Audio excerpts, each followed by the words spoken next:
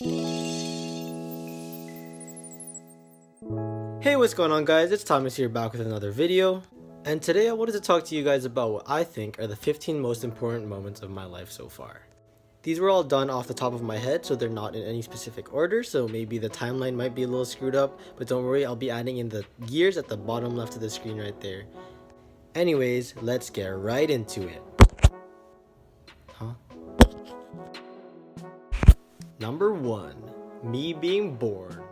I was born on October 27th, 2002 in St. Luke's Hospital in the Philippines. Save the date, guys. It's only like at least 3 months till my birthday, you know, gotta be prepared. When I was around 3 or maybe 2.5 years old, my family decided to move to Hong Kong. Although we lived in the Philippines, my mom's work was based in Hong Kong, which is why we moved there. You guys might be wondering how that's possible, but it was because she worked as a flight attendant, so she just fly between Hong Kong and the Philippines whenever she needed to. The way a flight attendant's schedule works is that they're booked for certain flights and they would go to the place and they would fly back, and that meant that you wouldn't be working like a 9 to 5 obviously, but it'd be like she'd be gone for like 3 days, 3 or 4 days, and then she'd come back. Sometimes she'd only be gone for an overnight, let's say if it was close to Vietnam, Thailand, whatever. And yeah, that's basically how it was for most of my early childhood. As you'd expect, my mom being a flight attendant, she would get us discounted tickets for basically me and my dad, because my brother wasn't born yet. And that meant that I got to travel a lot, which means that... Number 3. Moving from the Philippines to Hong Kong was technically the first airplane I've ever been on. But the first actual trip and vacation I remember going to was probably Paris. Can't really say much about it since it's been 10 years already, but here's just a short slideshow of pictures from that trip. Hope you guys enjoy.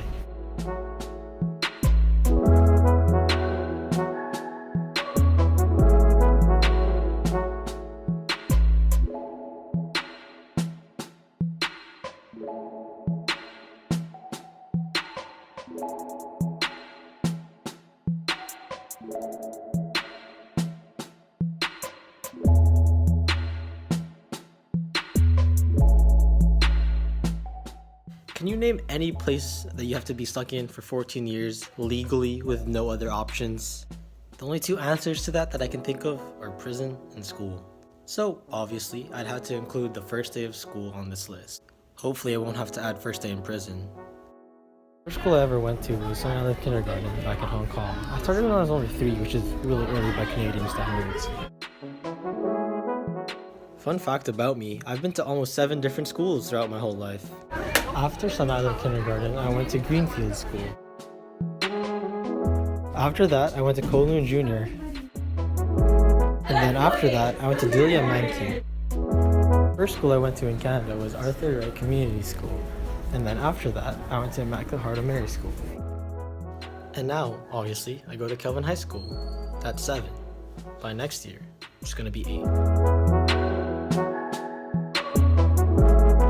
I keep bringing up but forgetting to mention is that I moved to Canada from Hong Kong, and there's not much to say about it. I moved when I was 8. My brother just turned 1 year old, I'm pretty sure, and yeah, we moved to Canada. Number 6. My brother was born on August 10th, 2010 in Hong Kong. Look, here he is now. Back when I was in private school, they had a debate program that was starting up, and I consider myself to be one of the pioneers of that school's greatness in debate.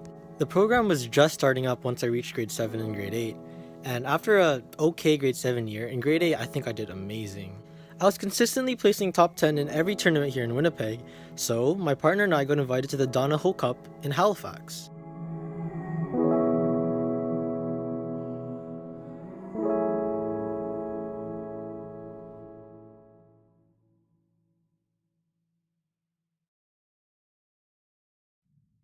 That year, I was the first ever recipient of the school's Excellence in Debate Award, and I got, $250 for it. No biggie. The reason I consider debate as a big part of my life is because it really gave me the confidence to public speak and just speak in front of a large group in general. I think it really opened up a lot of opportunities for me, because before debate, I was a shy, timid kind of kid. I was smart, don't get me wrong, but I just wasn't willing to speak out often. And now, if you know me at all, you know how much I like to talk and I like to express my opinion. So I think it really helped me succeed in school a lot more because my teacher would notice that I'd be participating more. But yeah, it just really helped boost my confidence and gave me those speaking skills that I have today. Hey guys, I was rewatching the video and I realized how cocky this entire section sounds. I didn't mean for it to come off that way. I was just talking about my accomplishments and what I did. And I think some of the things I said might have rubbed you the wrong way, but if you were offended or if you think that I'm being cocky or arrogant because of what I said, I'm sorry.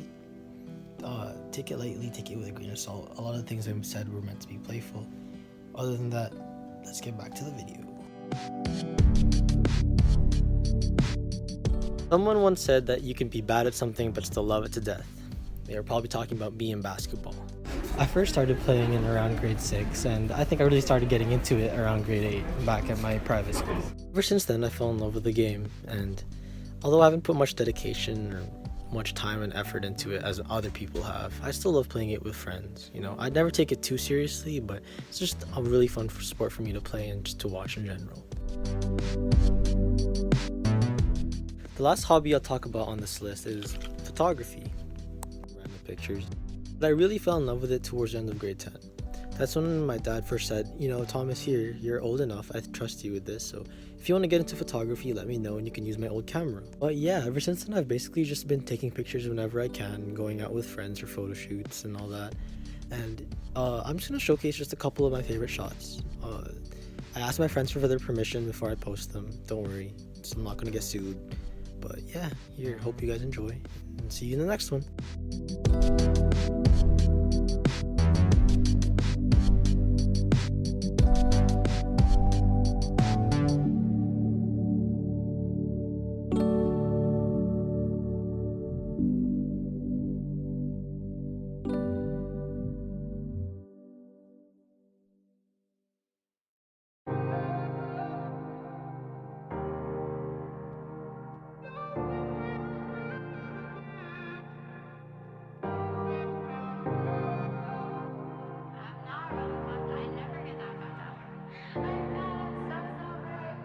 Johnny T.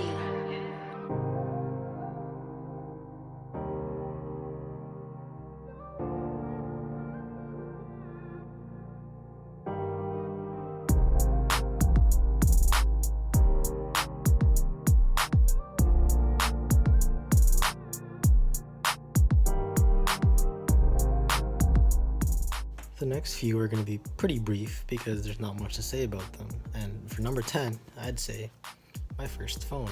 This Samsung was the first smartphone I ever owned, and it lasted me for a good year and a half before I realized how bad it was. Like, if you dropped it, the battery would fall out. But, you know, I wasn't complaining. I could text people, call people, use Snapchat, Instagram, whatever.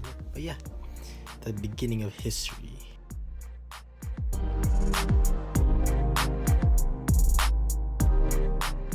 For number 11, I'd say my first house, which is the one I'm living in right now. Although we did have a house in the Philippines, I don't really remember it, so I wouldn't count it as a significant event in my life. But I think this house really was significant for me. I think having my own space is what's really important with getting the new house. Yeah, everything in my room is because of me, and I wouldn't be able to do that if I lived in an apartment still. You know, this painting right here, the ugly light blue that I want to change soon. All that I wouldn't be able to do anywhere else, and that's why I think having my own room and having my own house is really, really important.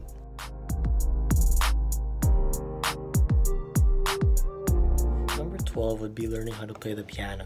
You know, I would play a song for you right now, but I don't think I have enough time for that. Maybe for the next video. These next two are kind of linked, so I'm gonna put 13 and 14 kind of in the same clip. And that would be road trips and camping.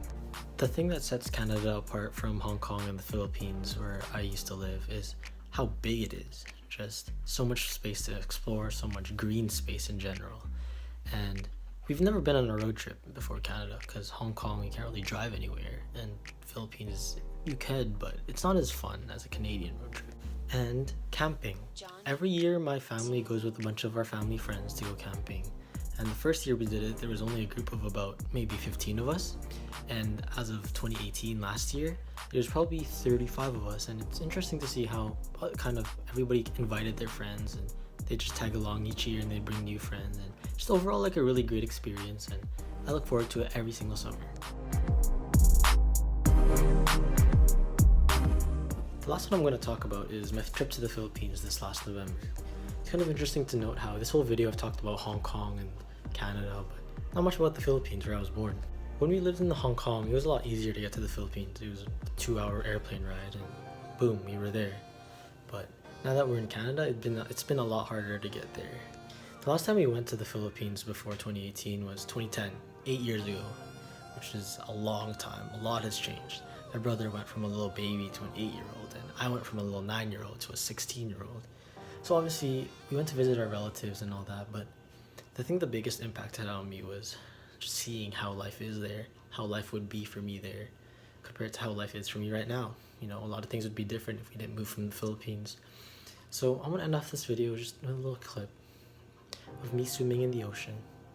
And I hope you enjoyed this video. Thanks for watching. Leave a like, comment down below, subscribe if you want. But anyways, that's all for me. Enjoy this clip. Have a nice day, guys. Peace. Johnny.